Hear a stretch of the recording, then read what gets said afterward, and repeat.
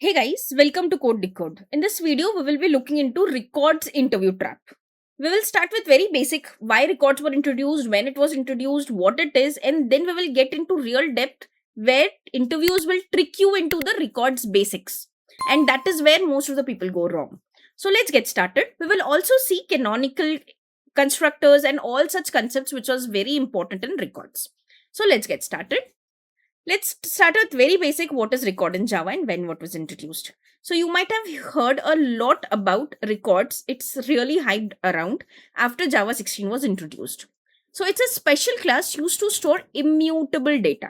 Remember, in the whole video, you will see a lot about this immutability of records, which is very important feature of a record in Java. Now, when you write a record, it automatically, basically Java automatically generates the constructor, the getters. Remember, no setters because it is immutable. So by default, record is final class. It will not have a possibility for you to set the variables into it. So it will have only constructor to inject only once and getters to just fetch it. It will not let you change it because it is immutable. Then it generates equals hash code and true strings automatically for you by default. So how do you create a record in Java? You just create a record, the class name and the variables or the fields, and that is it. What Java does automatically internally for you is all the boilerplate code is written for you. So first of all, it creates a class with the name user, which is basically a final class. Let me copy this for you so that it is good for reference. Now let's compare side by side. So what it does is it creates the final class user, which extends the Java lang record class. Then it takes these parameters ID and name and creates the final fields out of them. Then it creates the all argument constructor with ID and name so that you can instantiate it. And at the end, it creates only the getters. Remember how you create a getter is get ID and get name. That's how we are taught to create the method names out of the fields. But in record, we don't do that. In record, it is exactly the ID and the name. That is field name with a method syntax, which will help you get the ID and name out of the user class, which you have created as a record. So remember, it creates the final class, it creates the final fields, it creates the all parameterized constructor and only the getters with exactly the field name. And how do you use it now? So you create the object of this user as good as a simple class with a new constructor with all argument construction usage. So user equals to new user, all argument constructor. So ID is long, so 1L is ID and name is going to be the code which is string. Remember, this is immutable. You cannot change the name of user.setName or user.name as new name. You cannot do that. You will get an exception because it is final by default. You can just access it. And how do you access it? Not with user.getID or user.getName, but user.id and user.name with parenthesis. So these are very important changes that happens in the record when you create the class internally with the help of Java. Now, a very important question, why records were introduced? Because there was a lot of boilerplate code. All this code is now replaced with one single line. So this is how Java helps you remove all the boilerplate code and create the data carrier class problems. Now, what are the key properties of record as discussed? Let me copy the code also for you for the reference. So the first key properties, it is immutable. You can see the class and variables are final. You cannot modify it. So as discussed, if you do user.name, it will give you compilation error because by default it is final in nature. So records are implicit final. You cannot, since the class is also final, you cannot extend it. So if you have created a user and you create a class which extends the user, you will get a compilation error saying the user is not extendable because it is final class. The record extends internally Java lang record, and all the records which you create in this particular manner internally extends Java lang record. You don't have to do anything and you cannot even change it. And hence, you cannot extend any other class because by default it is already extending the record class. So it doesn't mean that you cannot implement. You can implement because a user class can implement n number of interfaces. But since it is already extending record, you cannot extend any other class. It is final by default. Now, a very basic question which you might face, but it's rare, that what is the difference between class and record? So, class was not always immutable. You can create a class with mutability also. So, yes, a possibility of creating a mutable class is possible, but you cannot create a record which is mutable. By default, record implicitly is created as a final class. Second is the boilerplate code. In the class, you have to write all this boilerplate code, but in record, you just have to write this one single line. All the boilerplate code is created by Java default. The equals and hash code you have to write manually or with Lombok, but here record creates the automatic equals hash code and toString methods into it. Inheritance is possible with simple class, but you cannot do inheritance with the records because by default it is final in nature. The purpose of class is to add the data and behavior, but the record's basic purpose is the data carrier. It just carries the data for usage around.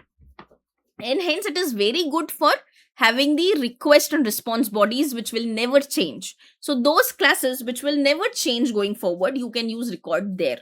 For example, you get a request. You for sure will not change the request coming from UI, right? What you do is you create the another mutating POJOs and DTOs and then you mutate those classes. You never change the request coming from UI. So that is where when you want to carry the data across and not to change it, that is where records comes into picture. Now let's start with the very important traps. Let's quickly start with the tricky questions around these records and the basics of records. So very, very tricky question, and 90% of the people go wrong here. When I say that it is immutable, the interviewer asks you, is it completely immutable? And if it is immutable, completely, is it a shallow or deep immutable? And most of the candidates says it's completely immutable because records are created as final class and final variables. But here is where we all of us go wrong. Records are shallow immutable. So let's first understand immutable, then we will understand deep and shallow immutability. The immutable object is when you create the object, the state of object will not change after creation, which is right because our final class will not change. Our variables might not change, but might change if a variable is changeable. Let me explain you in better way. What records actually guarantee? It when you write a record like this, it internally generates a class like this. So let me copy this new record for you. Let me remove the user record. Let me create the order record. So what it internally generates overall is a final class, which obviously extends record. Just for the visibility, let's see on the top level what it generates. It generates a final class. It generates a final string of items and a public constructor with the list of items who instantiate it and a getter who returns the list of items. So that's what a record do. We have already discussed this.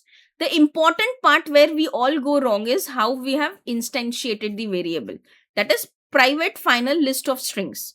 What does this mean? That means you cannot do items equals to new array list or new reference change. So basically your reference cannot change. But it does not mean that your items internally cannot change. Let's understand the reference and object. The list is, this is how it points to the heap area with a new array list. So in a memory, conceptually, your list points to an array list like this. What final means is that you cannot change the reference. You cannot do list equals to new array list. It is only one time instantiation which is done with the constructor. But you can modify the items inside the list. That is, if you do list.add laptop, it is possible because by default list is mutable. So what you cannot change is you cannot point the memory area or the heap area reference of the items. But you can change the items inside the items list. So now, how can I break the immutability of record? This is how I can break it. I create a list of string with new array list and add the laptop. Now your memory is pointing to a object where laptop is pointed. Now step 2 is where your new order is created with the list. It is fine because you are creating a constructor. Your order.items is pointing to this laptop memory area. And your list is also pointing to this laptop area. So both the reference pointing to the same list. Now you modify this list. what happens? Both of them are pointing to same memory area. Now you modify the list to add the phone. So this memory area becomes laptop comma phone, and hence your orders item is also now pointing to laptop and phone. And when you try to print order.items, you will see two objects, laptop and phone. And this is how, even though your items were final, but internally, when both of them are pointing to same memory area, you are not changing the memory reference. Internally, by any chance, this memory reference is changed, your order class items is also changed, and that is how you have broken the immutability, and that is how I proved that this is a shallow immutability. This happened because list reference is final. The reference is final. You're not modifying the reference object. You're modifying what is inside that reference object. And since the list is mutable, your record becomes shallow immutable. Now you would ask me, how would I make it deep immutable? So deep immutable means everything inside this record becomes immutable. For example, how would I create this record as immutable? So record order of list of items. Now you not just create this, you also create a constructor where items is when you are going to return, you're going to create a copy of the list. And when you return this, you return the copy of items. That is a different memory area. And hence, when you try to modify the different memory area, your items will be immutable and it is not modified. So now your items becomes unmodifiable, and when you try to add anything, it will throw unsupported operation exception.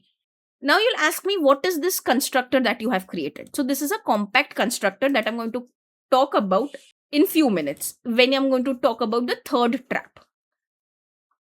So just keep this in note that we can create deep immutable records also, but by default, records are shallow immutable.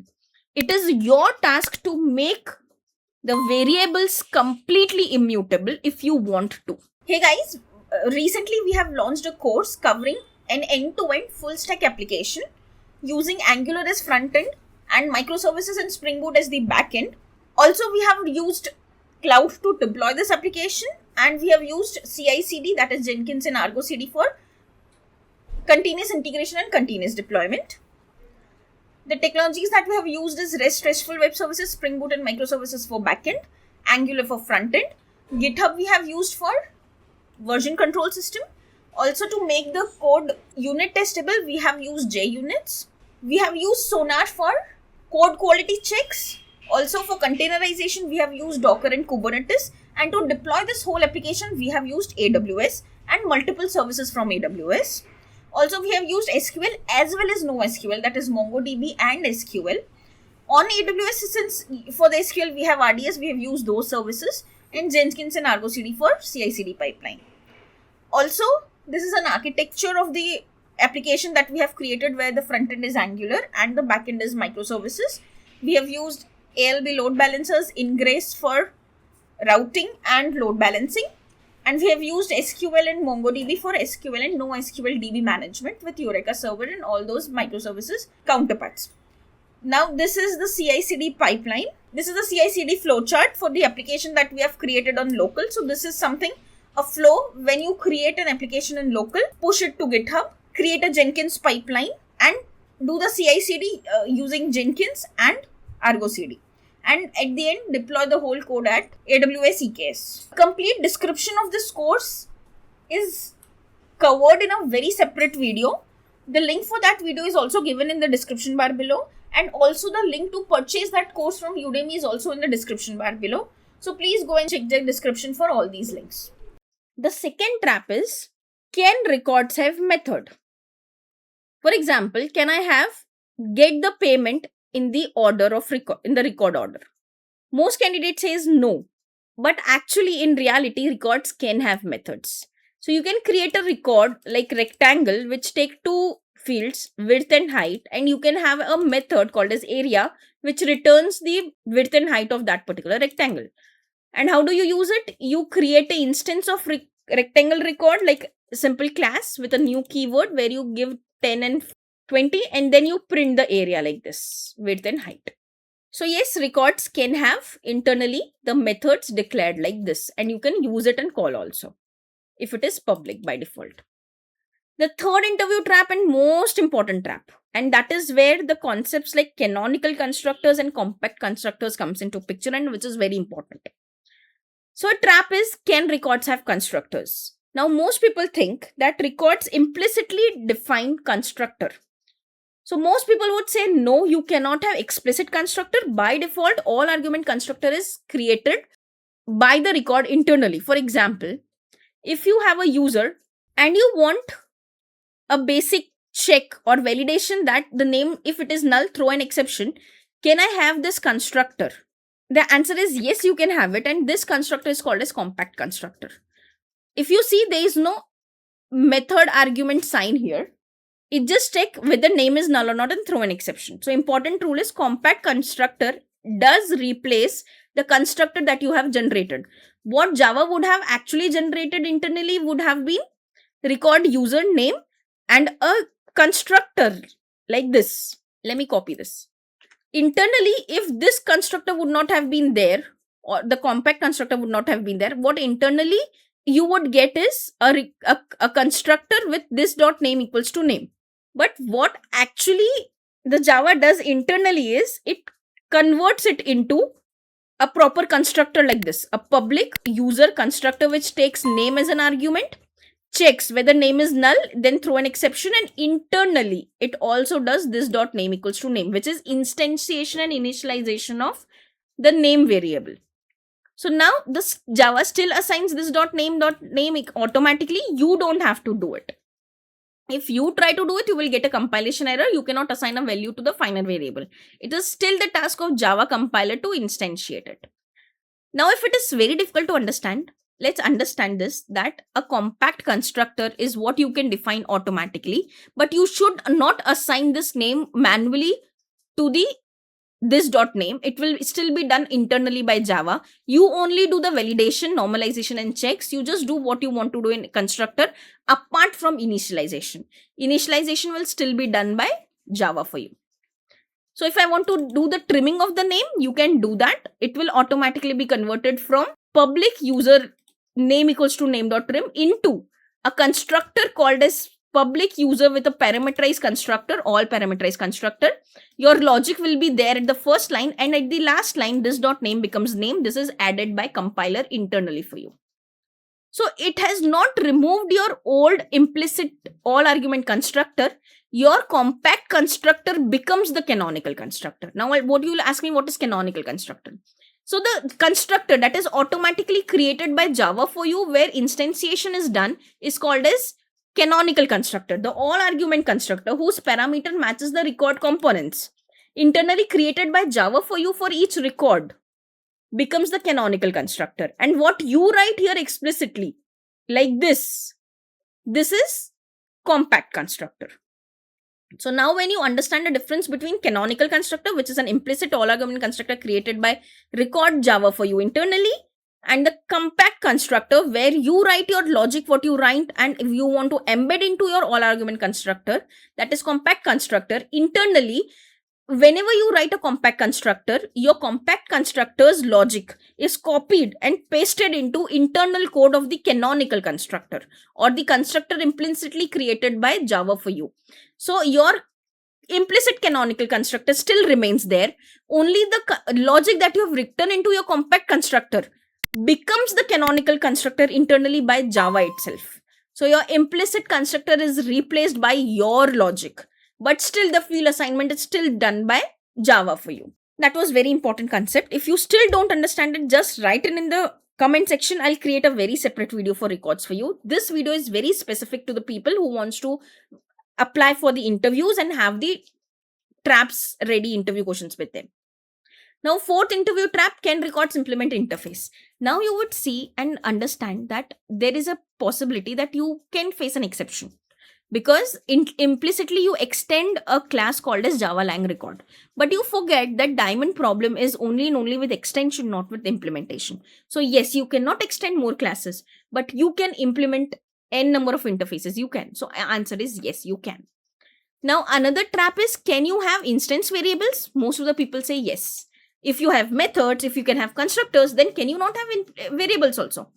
And that is thinking like that, you say yes, and that is where you go wrong. 90 people go wrong, because records cannot define extra instance fields. It can, yes, it can have methods, yes, it can have constructors, but it cannot have extra variables, because the components are generated on the basis of variables. So fields of the record should exactly match the declared header of record. You cannot write this, you will get an exception. So record can only and only have name as a variable. Now if you try to add age, you will not be able to. This breaks the contract of the records and you will get exception. You cannot do that. Now you will ask me, this is so much about records, where can I use it? So as discussed earlier, you can always use it for the request object you get from UI. It will never change. You can send the response to the response of the API. It will not change. You can use it in event and value object, where it is not going to change. So it is perfect for REST APIs only and only where you will not going to change it. Now a last and a very, very tricky interview question. Can you use record for JPA entities? And this is going to trick you a lot. It will use a lot of your memory and understanding. Answer is no. Because Hibernate ORM requires no argument constructor. And what does the record generates? All argument constructor. And when all argument constructor is there, who is replaced? No argument constructor is replaced. And since Hibernate JPA requires no argument constructor and your record will never have a no argument constructor, you cannot use it. Also, Hibernate requires mutable fields because it is going to use reflection to create the instantiate those variables. And here in records, all the fields are by default immutable and final. So these two reasons, and with the proxies, this makes sure that you will never be able to use records in JPA and Hibernate, because records are by default final, immutable, and there is no argument constructor. There is always a all argument constructor. So that is why they will never work with JPAs. So can you use record with JPA and Hibernate? Answer is no. So if you have a record and a situation where your objects are mutable, it has to be inherited, it is a JP entity, it has some methods and behaviors and extra fields and variables, you cannot use records there. If you want to know more such interview traps, let me know in the comment section where you want the traps and for which particular topic you need the interview traps and tricks. Let me know in the comment section. I'll create the next video on that. Thank you.